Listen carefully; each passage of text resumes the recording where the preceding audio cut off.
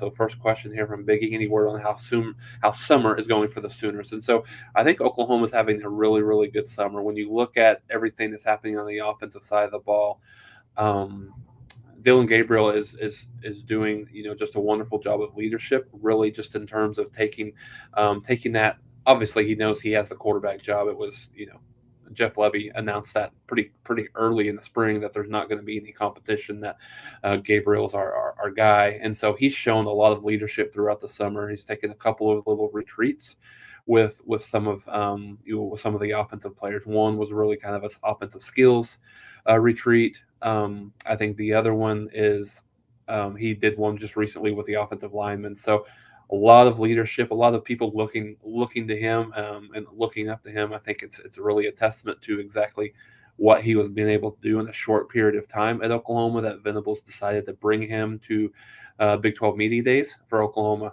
here a couple of weeks ago. So really good things just overall for for Oklahoma. Heard a lot of good things. I think you're seeing a lot of guys on the offensive line and then the defensive line.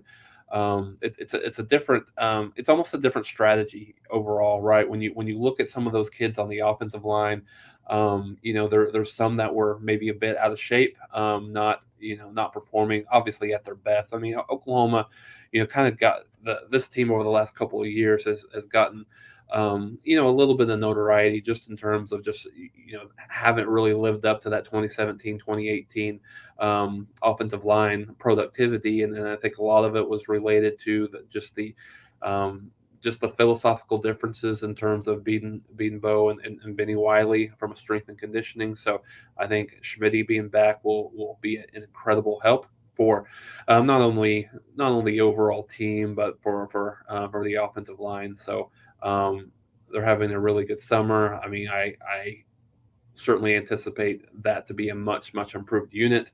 Same on the defensive line. You've seen some of these kids gain a ton of weight and do a lot of really good things in the summer. Of course, we'll see some of that. We'll see some of more of those things manifest itself early in the fall camp. But I think everything pointing to a great summer. And I think the one thing that's good, I'll knock on wood that you've not heard, if you've not heard of any of these kids, any trouble, anything like that. So really good job. I think they've done a really good job overall.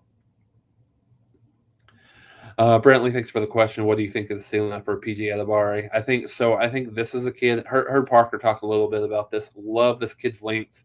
Parker Thune, that is. Love this kid's length. I think he has the opportunity to potentially get to a 5-star. He's a 4-star guy right now. He rocketed up the chain. He was the guy that was really unranked, really kind of at the start of this recruiting cycle this year. But had a fantastic season. If he continues to do this, I absolutely think he will be a guy that will absolutely be a tear on this defensive line. A kid that absolutely will, if he comes in and works and does the things that he does have the opportunity to play as a true freshman that next year. I think he'll be that good for Oklahoma. John, what happened to Peyton Kirkland going to Texas? So this one's kind of an interesting deal.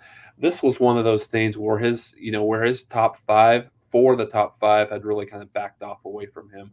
I think for Oklahoma's perspective, they were just a little bit tired of the games. It ended up being one of those situations that was really kind of more of a bidding war and something that Oklahoma wasn't necessarily very interested in getting into. I do think that Oklahoma in Caden Green out of Kansas City, Missouri, has probably a much better prospect, I should say, as opposed to Peyton Kirkland. Kirkland, and he may be a great player, but I think he's a kid that got a lot of dollar signs in his head and his mind, and that's what it ended up being. And so you see if many of the other if you see many of the other schools, especially those top five, backing away, and we all know what Texas and Texas A&M in the same boat, so to speak. But what they've done from an NIL and a kind of a money situation, no big surprise. But I don't really think this is going to end up being a big loss for Oklahoma here.